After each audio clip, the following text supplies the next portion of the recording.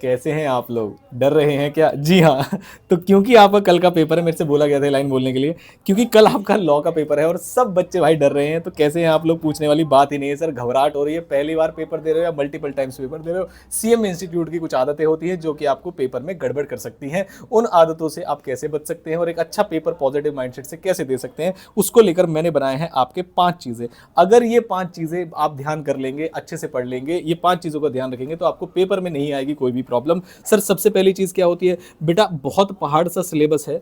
जो सिलेबस आपने नहीं किया है, अगर उसके पीछे भागते रहोगे तो बेटा कुछ नहीं होगा। तो आपने जो पढ़ रखा है आपको बिलीव करना है कि हाँ वो आएगा पेपर में और हम उसे अच्छे से लिख पाएंगे। ये पहली चीज है कि आपने जो पढ़ रखा है पहले उस पर कॉन्फिडेंस रखिए। दूसरी कंसेप्ट होता है सर 60-40 थ्योरी। एक 60-40 थ्योरी क्या होती है सर, जब आप पेपर देने जाएंगे तो आपका पेपर 100+ मार्क्स का है बेटा, जिसमें से इंस्टीट्यूट ये कहता है कि आपको 40 मार्क्स लाने हैं, पहली चीज। और अगर आप +20 और ले आए तो ये 60 मार्क्स हो जाते हैं, जिसमें इंस्टीट्यूट ये कहता है कि 100+ यानी 128 मार्क्स के पेपर में से अगर आप 60 मार्क्स ले आते हैं तो आप एग्जेम्पशन के काबिल है, यानी कि हाफ मार्क्स भी अगर आप ले आते हैं तो आपको लॉ आती है। तो डिफिकल्ट पेपर की थ्योरी से मत डरिएगा।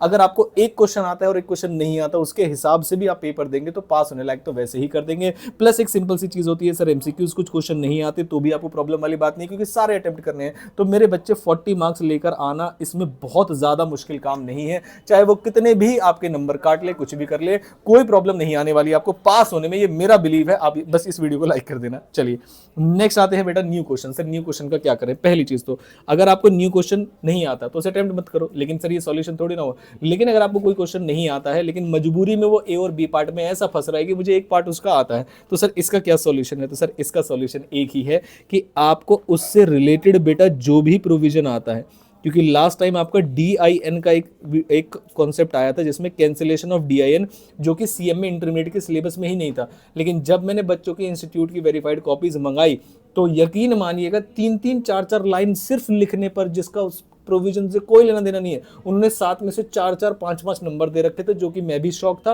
और होना भी चाहिए था। क्योंकि जब वो सिलेबस में नहीं है, कोई भी बच्चा अगर उसे अटेम्प्ट करता है और उसमें कुछ भी लिखता है, थोड़े बहुत भी रेलिवेंट प्रोविजन लिखता है, तो मेरे बेटा उसमें मार्क्स मिलते हैं आपको। तो जब भी न्यू क्वेश्चन आएंगे, अगर आपको मजबूरी पड़ रही है करना, तो उससे रिलेटेड जो भी प्रोविजन है, बकवास नहीं बोल रहा मैं, जो भी प्रोविजन है आप रिलेटेड लिख दीजिए, आपको 100% बेटा मार्क्स मिलेंगे।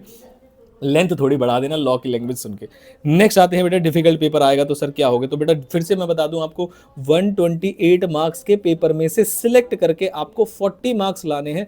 मुझे ये समझ में नहीं आ रहा कि अगर आपने थोड़ी भी सिंसेरिटी से पढ़ी है तो ये कहां से बहुत बड़ी साइंस हो सकती है। सर 40 मार्क्स का अटेम्प्ट नहीं, 40 मार्क्स लाने होते हैं, मार्क्स कटते भी हैं। तो बेटा अगर आप हाफ पेपर भी अटेम्प्ट करोगे ना, तब भी 40 मार्क्स आने के चांसेस होते हैं और एमसीक्यू में मार्क्स कटते नहीं है। तो बिल्कुल भी मत डरिए अगर आपके 1-2 एक्ट छूटे हुए, आपको कुछ क्वेश्चन नहीं आ रहे, याद नहीं हो रही। बेटा 128 मार्क्स का पेपर है, 60-40 थ्योरी को हमेशा याद रखिएगा, 40 मार्क्स पास होने के लिए चाहिए, बहुत बड़ी बात नहीं है। लास्ट आते हैं एबीसी एनालिसिस। बेटा आपको अपना कौन सा वाला पार्ट बेटा स्ट्रॉन्ग करना है। इंस्टीट्यूट में पेपर देके जा रहे हो तो ये मत कहना मुझे सोगा अच्छे से आता, कॉन्टेक्ट नहीं आता, तो बेटा गए ना फिर तो। 2 क्वेश्चंस कॉन्टेक्ट के स्टार्टिंग में आते हैं और लास्ट में केस स्टडीज भी आने के चांसेस होते हैं। तो ध्यान रखिएगा, आपने कंपनी अच्छे से पढ़ रखा है, कॉन्ट्रैक्ट अच्छे से पढ़ रखा है और बेटा एथिक्स अच्छे से पढ़ रखा है। बाकी कुछ भी पढ़ रखा हो नहीं पढ़ रखा हो, बहुत ज्यादा फर्क नहीं पड़ेगा सिलेक्शन में आपको। लेकिन बेटा इन 3 चीजों पे अगर आपका ध्यान है, और आज रात को लाइव भी है आपको पता ही है, जिसमें मैं आपके 1 शॉट में ऑडिटर्स का टॉपिक, चाहे वो DIN हो या कुछ भी हो, बिल्कुल एकदम शॉर्ट एंड क्रिस्प नोट्स और टेल्यू टेक्निक से आपको समझाने वाला हूं।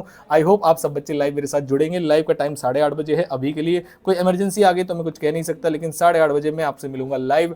जैसे ऑडिटर्स होगा, सॉरी ऑडिटर्स नहीं, सॉरी, पहले तो मैं डायरेक्टर्स कराऊंगा आपको पहली वाली लाइन में, और अगर बच्चों को डाउट होगा ऑडिटर्स में तो नीचे कमेंट कर देंगे, तो मैं उसके बाद रात वाली लाइव में आपको जो है ऑडिटर्स भी करा दूंगा अगर आपको इसमें डाउट होगा तो। आई होप ये वीडियो आपके लिए अच्छी रहेगी। पॉजिटिव माइंडसेट क्या होता है सर मैं बता देता हूँ। जो लोग बहुत ज्यादा सक्सेसफुल है, पहले तो वो पॉजिटिव रहना सीखते हैं कि हाँ जो हमने पढ़ा है, हमारी तैयारी में हमें बिलीव है, हमारी मेहनत में हमें बिलीव है, और जिस भी भगवान को हम मानते हैं उनमें हमारा उससे भी ज्यादा बिलीव है, तो कुछ गलत होगा नहीं। पेपर में जो भी क्वेश्चन आएगा आपको सब कुछ लिखते समय याद आ जाएगा।